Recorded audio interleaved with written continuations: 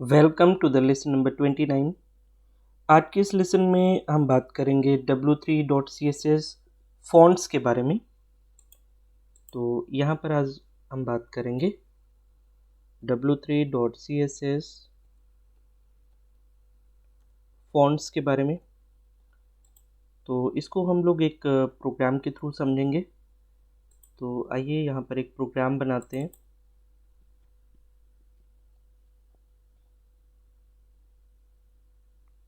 एक new file लेते हैं, हमें ये चीज़ ज़रूरत है तो इसको कॉपी कर लेते हैं। एक न्यू फाइल में आ जाते हैं, यहाँ पर HTML सेलेक्ट कर लेते हैं और फिर इसके नीचे आ जाते हैं। तो यहाँ पर हम लोग एक यहाँ पर div टैग लगाएंगे। यहाँ पर div के अंदर एक क्लास लगा देते हैं, class equal to w3 hyphen container.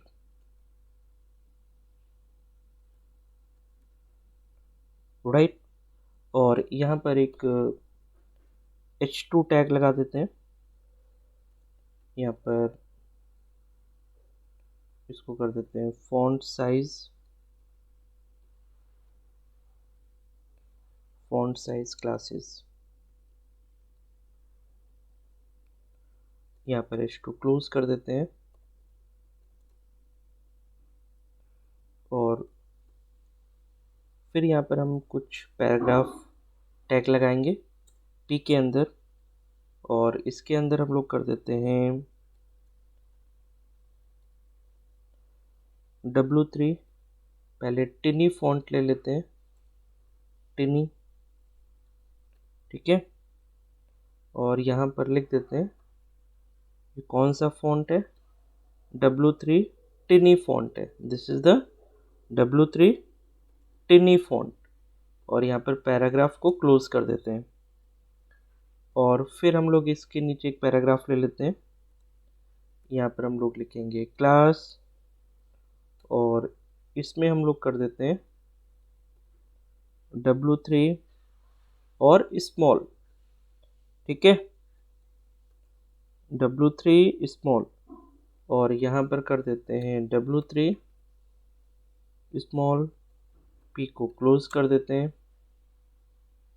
और यहाँ पर अगेन हम लोग लिखेंगे p।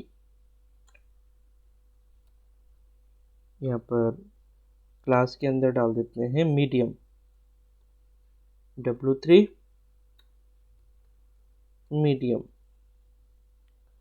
ठीक है। यहाँ पर मीडियम फॉन्ट आएगा तो इसको कर देते हैं w3 हाइफन मीडियम, ठीक है।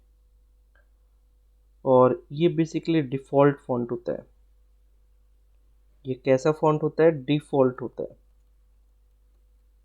डिफ़ॉल्ट फॉन्ट होता है। यहाँ पर हम p को क्लोज कर देते हैं और फिर हम लोग यहाँ पर p बनाते हैं और इसके अंदर कर देते हैं अब लार्ज, w3 हाइफन लार्ज, ठीक है। और इसमें कर देंगे हम लोग w3 हाइफन लार्ज और p को क्लोज कर देंगे, ठीक है। एक फॉन्ट होता है x लार्ज, तो उसको भी यहाँ पर हम लोग देख सकते हैं। अगर आपको x लार्ज फॉन्ट लेना हो तो आप ले सकते हैं w3 हाइफन x लार्ज, ठीक है। आपको ये सारी क्लासेस कॉल करनी है और ये ऑटोमेटिकली जो हमने ऊपर यहाँ पर लिंक में ये CSS फ्रेमवर्क इंपोर्ट किया हुआ है उससे सारी चीज़ें मिल जाएंगी। तो यहाँ पर कर देते हैं w3 हाइफन x लार्ज, ठीक है। W3-X_Lars, ठीक है। यहाँ पर P को क्लोज कर दीजिएगा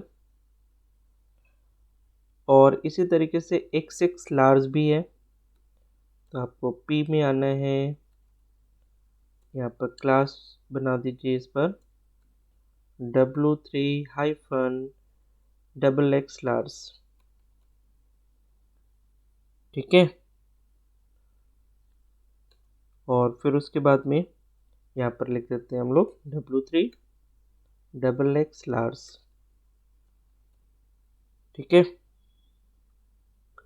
और इस P टैग को क्लोज कर देते हैं और एक और फॉन्ट हम ले सकते हैं XXX_Lars, जिसको भी हम लोग अगर ज़्यादा बड़ा फॉन्ट करना है तो इसे यूज़ कर सकते हैं, W3-XXX_Lars, ठीक है। और यहाँ पर कर देते हैं हम लोग XXX_Lars और पैराग्राफ को क्लोज कर देते हैं। एक और फॉन्ट होता है जंबो फॉन्ट, ठीक है। अगर आपको काफ़ी बड़े साइज में फॉन्ट चाहिए तो आप जंबो फॉन्ट भी यूज़ कर सकते हैं, ठीक है।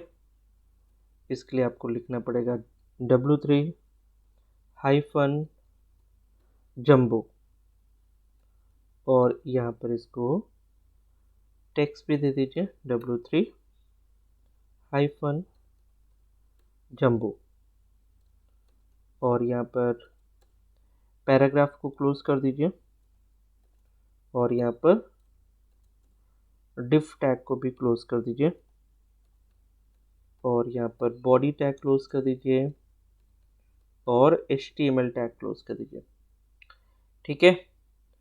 तो ये कुछ फॉन्ट्स के बारे में यहाँ पर है। इसे हम लोग सेव करेंगे इस फाइल को, तो मैं इसको नाम दे देता हूँ फाइल 57.html, ठीक है। इसको ऑल टाइप कर देते हैं और इसको सेव कर देते हैं, ठीक है। अब इसे हम रन करेंगे एक बार, तो रन करने के लिए हम लोग रन कमांड पे चलते हैं। यहाँ से अपना फोल्डर सेलेक्ट कर लेते हैं। ये जो फाइल है वो 57 है, तो 57 वाली फाइल ये है हमारी, ठीक है। तो यहाँ पर हम लोगों ने डिफरेंट फॉन्ट रख करके देखा है। आप देख रहे हैं टिनी जो फॉन्ट है वो काफ़ी स्मॉल है, फिर उससे थोड़ा सा बड़ा फॉन्ट है जो कि स्मॉल फॉन्ट है, फिर मीडियम है, फिर लार्ज है, फिर X_Large है, फिर XX_Large है, फिर XXX_Large है और फिर जंबो फॉन्ट है, ठीक है। तो इस तरीके से अगर आपको फॉन्ट लेना है, आप अपने एप्लीकेशन में यूज़ करना चाहते हैं, तो आप इस तरीके से फॉन्ट को यूज़ कर सकते हैं, ठीक है। अब इसमें अगर आप अपना भी कोई स्टाइल CSS देना चाहते हैं तो आप उसे भी दे सकते हैं, ठीक है। अगर आप अपना कोई फॉन्ट इसमें फॉन्ट स्टाइल या फॉन्ट साइज़ देना चाहते हैं तो आप अपना भी दे सकते हैं यहाँ पर। तो जैसे कि सपोज़ फॉर एग्ज़ाम्पल मैं एक और फाइल बना लेता हूँ। मैं यहाँ पर आ जाता हूँ, इसको HTML कर देते हैं और इसके नीचे आ जाता हूँ, ठीक है। यहाँ पर मैं क्या चाहता हूँ कि कुछ अपने भी हम फॉन्ट्स यहाँ पर रखें, ठीक है। तो उसके लिए क्या करेंगे, हम लोग पहले बॉडी टैग के अंदर आ जाएंगे और यहाँ पर कुछ अपना कंटेंट डाल देते हैं। जैसे मैंने यहाँ पर div क्लास और इसके अंदर मैंने डाल दिया W3 कंटेनर, इसके अंदर डाल दिया मैंने W3 कंटेनर और यहाँ पर मैंने पैराग्राफ ले लिया और फिर मैंने यहाँ पर रखा how to override the W3.css standards. हम लोग यहाँ पर जो फॉन्ट है ना उसको ओवरराइट करना चाहते हैं। तो यहाँ पर एक मैं हेडिंग डाल देता हूँ ऐसे ही, how to overwrite the w3.css standards। ठीक है, यहाँ पर हम कैसे w3.css स्टैंडर्ड्स को ओवरराइट करेंगे वो हम लोग यहाँ पर देख रहे हैं। सबसे पहले मैंने क्लास लगा दी है w3-कंटेनर वाली। फिर उसके बाद में आपको h1 हेडिंग देना है और इसमें मैं मैसेज टाइप कर देता हूँ h1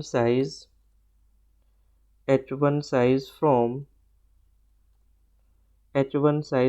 64 pixel h1 size from 64 pixel to 18 pixel to 18 pixel, और मैं यहाँ पर इसको क्लोज कर देता हूँ। ठीक है, और फिर मैं क्या करता हूँ, इसको कॉपी कर लेता हूँ। ठीक है, 2 3 4 5 एंड 6। ठीक है, हम लोग यहाँ पर आ जाते हैं, इसको h2 टैग कर देते हैं, ये h2 टैग रहेगा, और इसको कर देते हैं 48 से 20। इसको कर देते हैं 48 से 20। ठीक है, यहाँ पर इसको h2 कर देते हैं, h3 कर देते हैं, इसको h3 कर देते हैं, और h3 में कर देते हैं 36 से लेकर के 36 पिक्सल से लेकर के 24 पिक्सल 24 पिक्सल। इसको h3 कर दीजिए, ये h4 हो जाएगा, ये भी h4 हो जाएगा, और h4 में कर देते हैं 24 पिक्सल से लेकर के 24 पिक्सल से लेकर के 36 पिक्सल तक। ठीक है, इसको h4 कर दीजिए, इसको h5 कर देते हैं, इसको h5 कर दीजिए, और फिर यहाँ पर कर देते हैं 20 पिक्सल से लेकर के 48 पिक्सल तक 48 पिक्सल तक, और इसको कर देते हैं h5, और फिर फाइनली कर देते हैं h6। ठीक है, और इसको कर देते हैं 18 पिक्सल से 64 पिक्सल 18 पिक्सल से 64 पिक्सल। ठीक है, और फिर फाइनली हम लोग यहाँ पर div टैग क्लोज करेंगे, यहाँ पर बॉडी टैग क्लोज करेंगे, और HTML टैग क्लोज करेंगे। ठीक है, अब हम लोगों ने जो इसको यहाँ पर फॉन्ट दिया है, राइट, इसको हम लोग यहाँ पर डिफाइन करेंगे। तो अगर हमें CSS खुद लगानी है तो हमें क्या करना पड़ेगा, हमें यहाँ पर स्टाइल टैग देना पड़ेगा। ठीक है, और इसमें टाइप देना पड़ेगा।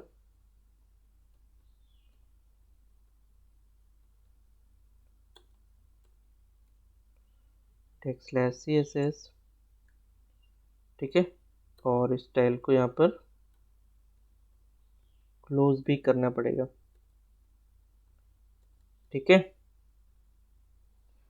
और फिर हम लोग यहाँ पर क्या करेंगे, यहाँ पर हम लोग सबसे पहले h1 टैग करेंगे, और इसमें हम लोग करेंगे फॉन्ट साइज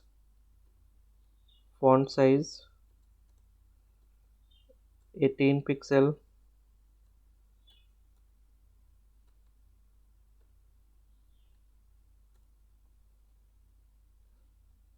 फिर उसके बाद में H2 फॉन्ट, यहाँ पर हम लोग करेंगे फॉन्ट साइज, इसको कर देते हैं 20 पिक्सल।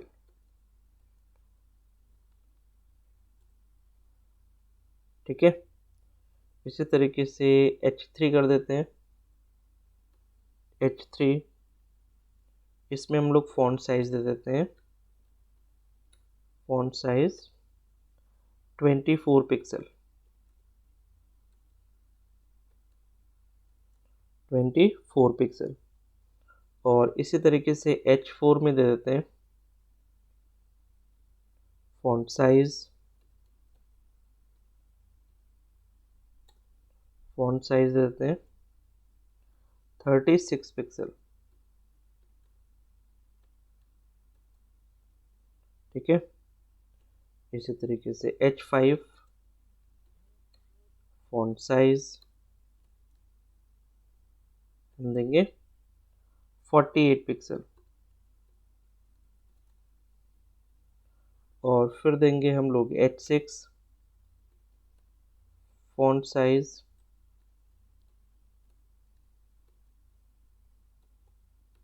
64 पिक्सल।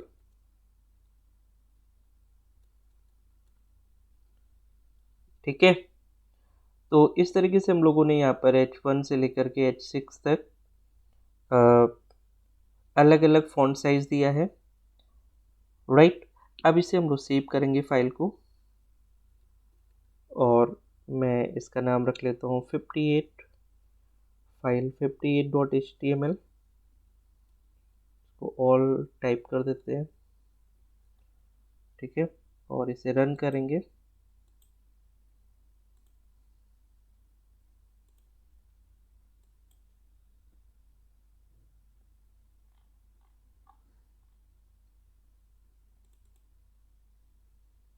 तो ये हमारी फाइल होगी फाइल 58.html। ठीक है, तो आप इसमें देख रहे हैं कि हम लोगों ने अपने अकॉर्डिंग यहाँ पर फॉन्ट्स को चेंज किया है।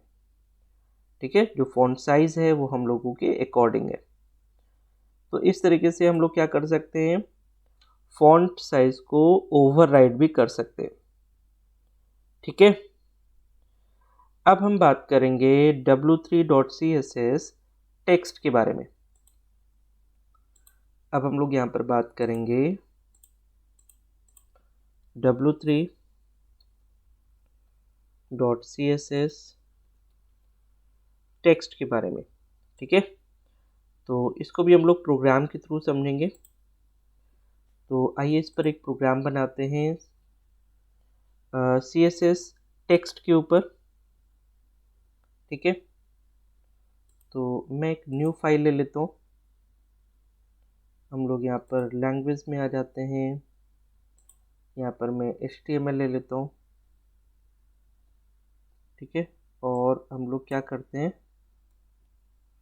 यहाँ से जो प्रीवियस फाइल थी हमारी, वहाँ से हम लोग ये कंटेंट ले लेते हैं, यहाँ से लेकर के, और ये बॉडी टैग का कंटेंट ले लेते हैं, यहाँ पे हम लोग रख लेते हैं।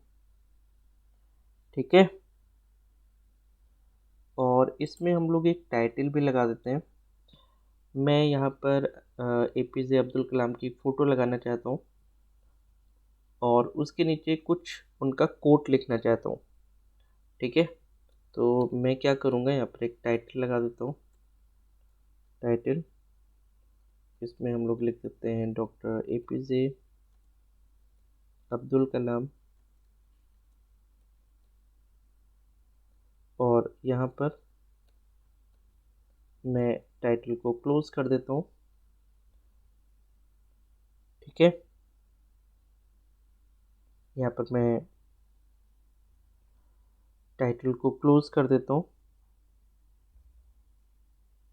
और फिर उसके बाद में हम लोग बॉडी टैग में आ जाते हैं। यहाँ पर मैं लिखूँगा div, फिर लिखूँगा क्लास। ठीक है, और क्लास के अंदर हम लोग लिखेंगे w3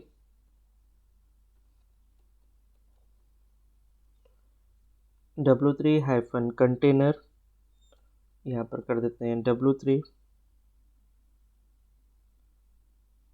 हाइफन पिंक, ठीक है। और फिर कर देते हैं W3 hyphen left hyphen align, ठीक है। इसको हम लोग यहाँ पर एक हेडिंग लगा देते हैं इसके आगे, जैसे सपोज मैंने यहाँ पर कर दिया H1 heading, doctor APJ Abdul Kalam, यहाँ पर H1 टैग में क्लोज कर देता हूँ, ठीक है। और यहाँ पर डिफ टैग भी हम लोग क्लोज कर देंगे, ठीक है। फिर हम लोग यहाँ पर एक डिफ टैग लगाते हैं और फिर हम लोग यहाँ पर क्लास लगाते हैं और इसके अंदर हम लोग कर देते हैं W3 हाइफन कंटेनर और W3 हाइफन सेंटर, ठीक है। यहाँ पर हम लोग लगाते हैं P टैग, राइट। और यहाँ पर हम लोग लगाएंगे इमेज, तो यहाँ पर लिखेंगे IMGSRC इक्वल टू, यहाँ पर अभी इमेज का हम लोग नाम दे देते हैं। तो ऐसा करते हैं, हमारे पास मैंने एक डेस्कटॉप पे इमेज रखी हुई है, मैं आपको दिखाता हूँ। यहाँ पर ये इमेज है APJ के नाम से, तो मैं इसको कॉपी करता हूँ यहाँ से और डाल देते हैं हम लोग अपने फोल्डर में। यहाँ पे D ड्राइव में मैं यहाँ पर इसको डाल देता हूँ, ये apj.jpg के नाम से होगी, ठीक है। तो ये हमने यहाँ पर पेस्ट कर दिया है। तो अब हम यहाँ पर क्या दे सकते हैं, डायरेक्ट पाथ दे सकते हैं, ठीक है। तो यहाँ पर हम जैसे apj.jpg,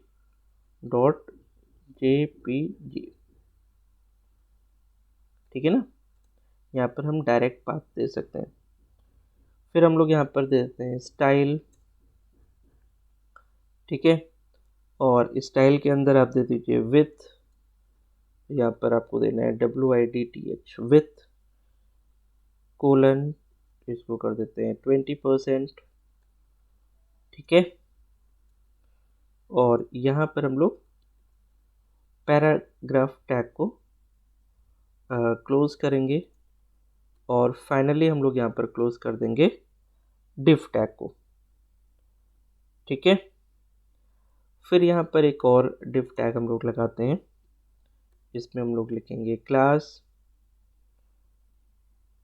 और इसमें कर देंगे हम लोग W3 हाइफन कंटेनर,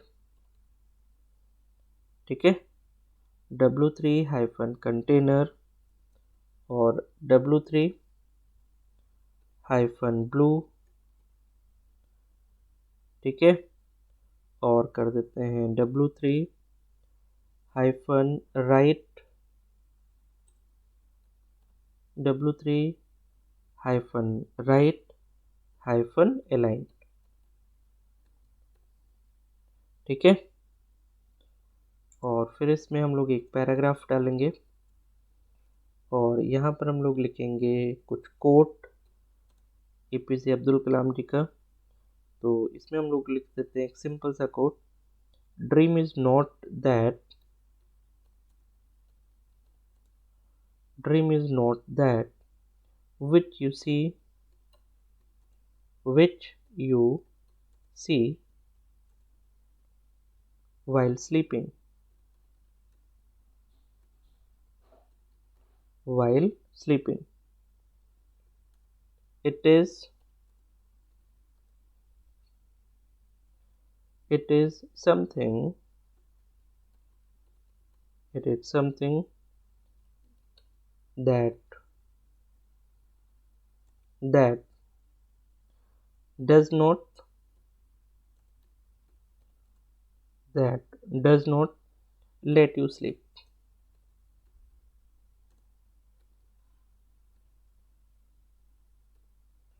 ठीक है. Dream is not that which you see while sleeping. It is something that does not let you sleep. ठीक है. ड्रीम ऐसी चीज़ है जो ड्रीम एक ऐसी चीज़ नहीं है जो आप सपनों में देखते हैं या सोते समय देखते हैं. ठीक है. ये ऐसी चीज़ है जो आपको सोने नहीं देती है. तो ये एक प्रोवर्ब है, एक कोट है डॉक्टर APJ अब्दुल कलाम जी का. तो यहाँ पर हम लोगों ने लिखा है और यहाँ पर मैं उनका नाम मेंशन कर देता हूँ. APJ अब्दुल कलाम.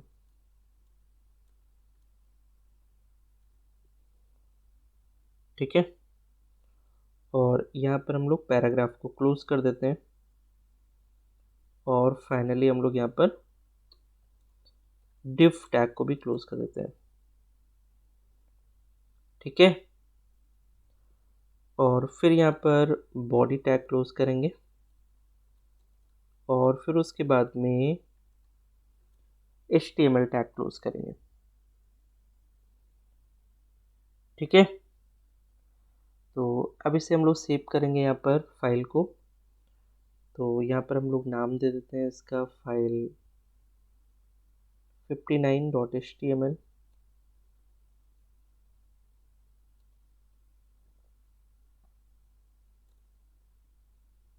इसको हम लोगों ने सेव कर दिया है फाइल 59.html के नाम से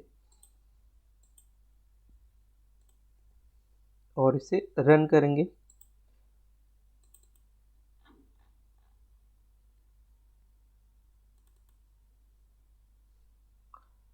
तो इस तरीके से कुछ फाइल आ जाएगी. अब देखिए कितना प्रोफेशनल तरीके से यहाँ पर लग रहा है. ऊपर हमने एक डिफ टैग दिया था जिसमें टेक्स्ट को मैंने लेफ़्ट अलाइन कर दिया था.